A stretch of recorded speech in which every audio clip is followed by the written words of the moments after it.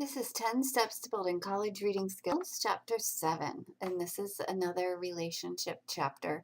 It's talking about relationship between words. Okay, besides relationships involving addition and time, like we talked about in the last chapter, there's 3 other common kinds of relationships. Relationships that involve illustration, meaning examples, relationships that involve comparing and contrasting, and relationships that involve cause and effect. We're going to break those down for you. Okay, words that show illustration, meaning examples. Which of these is easier to read and understand? Getting organized is not difficult. Important dates can be marked on a large kitchen calendar. Or, getting organized is not difficult. For instance, important dates can be marked on a large kitchen calendar. Which one is easier? The second one. Why? Because for instance, I know by reading that, you know that it's going to be an example of something that you can do to become organized. In this case, it's a minor detail. So for instance and for example, such as and like, they're all going to be minor details. Okay, illustration words tell us that a writer will provide one or more examples to make it a given idea clear. Minor details. So here's some common example words. For example, for instance, to illustrate, including, such as, and once. Now, let's talk about grammar because this is kind of really tricky. For example and for instance can be used in 2 different ways. You can put it at the beginning of the sentence, for example, comma, and then give me a complete sentence. I like to cook, period. For example, comma, I made dinner every night last week. Or, I like pasta, period. For instance, comma, my favorite food is lasagna, period. So that's one way. Or you could give a sentence and then comma, for example, comma, and then give nouns. So I like fruits, comma, for example, comma, strawberries, kiwi, and bananas, period.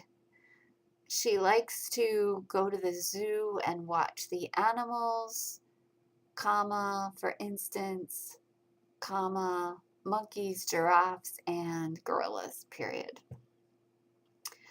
Okay. Such as, you only list nouns after that, including also. So he likes exercise such as running, biking, and swimming. All right, and then once in this particular thing means one time. All right, words that show illustration. So these are examples. So in the sentences below, notice how the illustration words signal that one or more examples will follow. Some birds, such as the penguin and the ostrich, cannot fly. Look at that, such as, and then it has noun and noun. All right? My mother's love of chocolate has led to some pretty weird combinations. Once she put Hershey's syrup on a cheese sandwich. Okay, that means one time, and notice that it's at the beginning of the sentence, and then you have a complete sentence after that, no comma. All right, the one that we're going to talk about is definition and example pattern. The definition and example pattern of organization includes just what its name suggests, a definition, and then one or more examples. So we have a paragraph, and let's see if we can put the paragraph in order, because right now it's all mixed up. When acupuncture is used to kill pain, needles are inserted far from the area of pain.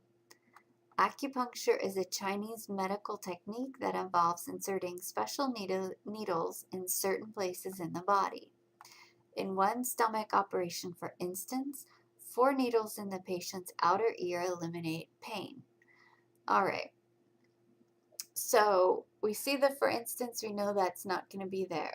That's not going to be first. So let's see if we can find the first one. I'm going to go with B. because it describes what acupuncture is in general. So that's going to be my first one. I'm right. Acupuncture is Chinese medical technique that involves inserting special needles into certain places in the body. When acupuncture is used to kill pain, needles are inserted far from the area of pain. In one stomach operation, for instance, 4 needles in the patient's outer ears eliminate pain. Okay, the paragraph begins with a definition of acupuncture. The second sentence discusses a particular use of acupuncture, and then the third sentence gives an example of the use of acupuncture for pain. So the illustration words, for instance, signal that here's the example that's going to come. All right. Now we're going to talk about comparing and contrasting. Comparing is when you're seeing how two things are the same, and contrasting, or contrast, as the verb says, is when you're showing how things are different. So compare is how they're the same, contrast is how they're different. So words that show comparison for how they're the same. Which one is easier to understand? Human infants suck their thumbs. Baby elephants suck their trunks. The semicolon in the middle is similar to a period. It would be the same as if you had a period and then a capital B for baby. Just as human infants suck their thumbs, baby elephants suck their trunks. Which one is easier to understand? It would be the second one, because just as make the second item easier to understand. They make it clear that the author is pointing out the similarity of the two actions, the similarity with human infants and baby elephants, how they're the same. All right, now we're going to talk comparison words signal similarities. Authors use them to show that the second idea is like the first idea. Here's some common words that show comparison. As or just as, like or just like, alike, likewise, in like manner or in similar manner, similar or similarly, similarity, both, same, in the same way, resemble, and equally. The challenge with all of these that we're going to talk about in this chapter is how you use them accurately, because that's as important as knowing what they mean. It's also important to know them, how to use them correctly. So for example, alike is an adjective. My brother and I are alike. We both like to go running at night.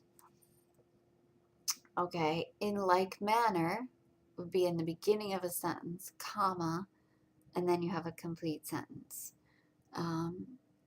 Same with in the same way, comma, complete sentence. Resemble is a verb. I resemble my mother. We both have blonde hair and blue eyes.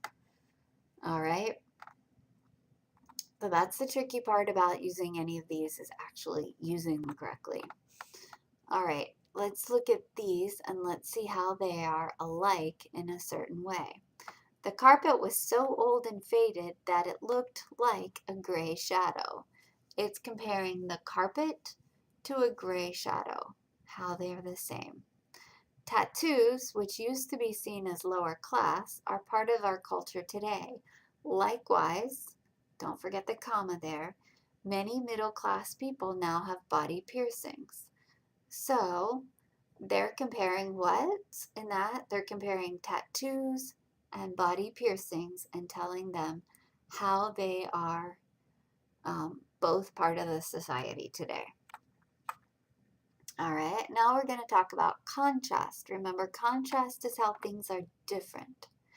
So the weather in Florida is usually wonderful, but the summers are hot and humid. The weather in Florida is usually wonderful. The weathers are hot and humid.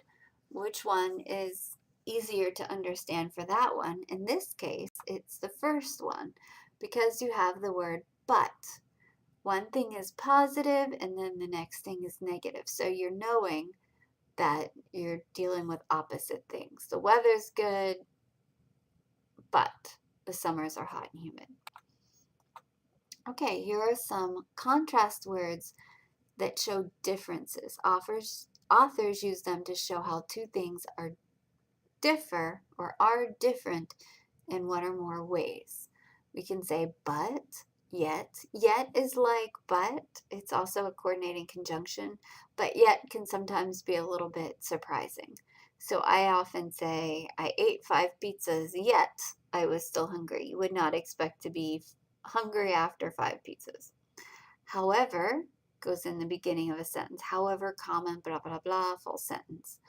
Although, nevertheless, instead, in contrast, on the other hand, on the contrary, even though, still, as opposed to, in spite of, despite, rather than, difference, different, differently, differs from, unlike, and while.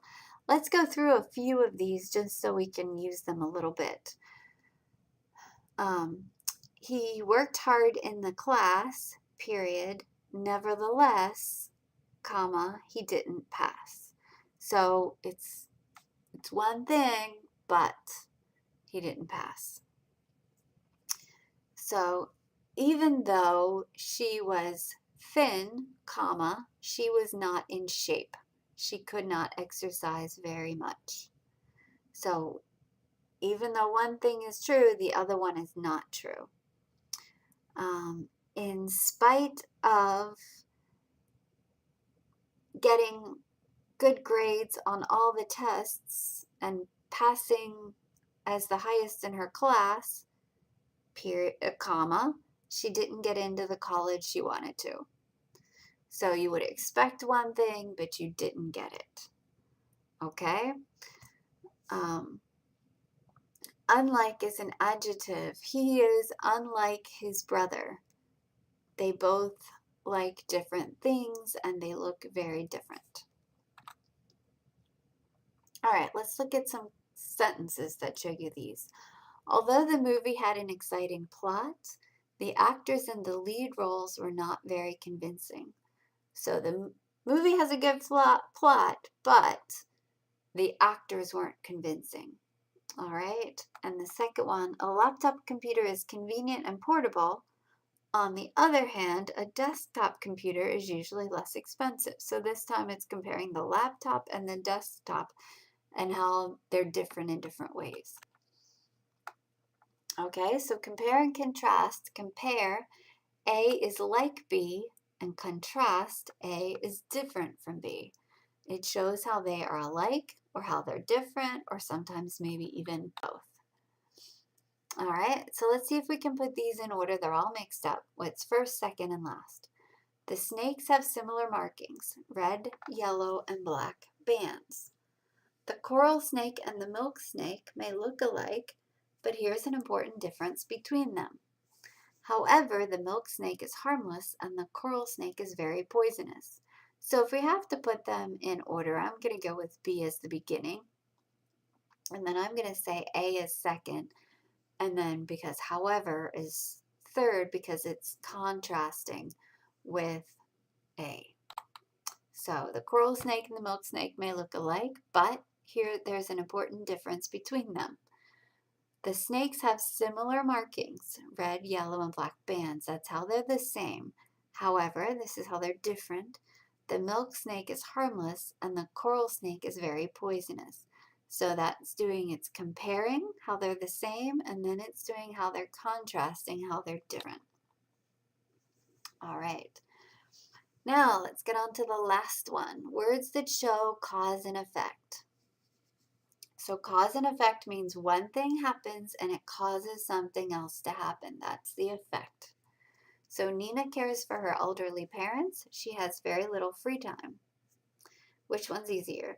Because Nina cares for her elderly parents, she has very little free time. I'm going to say the second one is easier to understand because makes the second item easier to understand. The cause and effect word makes it clear why Nina has very little time. Why doesn't she have time? Because she's caring for her parents. One thing leads to the other thing. So cause and effect words signal that the author is explaining the reason why something happened or the results of something. Here's some common cause and effect words. Therefore, as a result, that one gets a comma, blah, blah, blah. If you have as a result, then you have a complete sentence afterward. Cause, effect, that AFFECT is a verb. So, effect, EFFECT is a noun. Explanation, due to, because of. If you have because of, you have a noun after it. If you just have because, then you would have a clause after it, because, subject, and verb. As a consequence, consequently, since, thus, results in, that's a verb. Led to, that's a verb. Reason, that of course is a noun. All right? So you could have two different types of things. You could have a cause that has 3 effects, or 4 effects, 5 effects, or you can have effect, and then you could have multiple causes why something happened. All right, let's put these in order. Let's figure out what's first, second, and last. Accidents are also caused by speeding, as drivers try to get home as quickly as possible. Traffic accidents are more likely to result during evening rush hour. Because drivers are tired at the end of the day, they're not able to respond quickly enough to changes in traffic. All right, let's go with B is going to be first, and then let's see what's next. Traffic accidents are more likely to result during evening rush hour.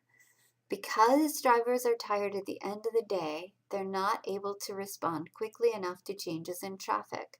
Now, just grammatically speaking, let's look at because, and then you have a clause with the subject and verb.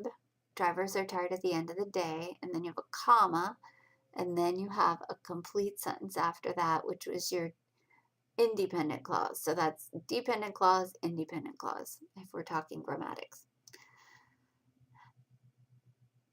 Accidents are also caused by speeding, as drivers try to get home as quickly as possible. Okay, as is giving you the reason. All right, those were your 3 different things. We've talked about definitions and examples, compare and contrast, and then also cause and effect. All right, thanks for listening.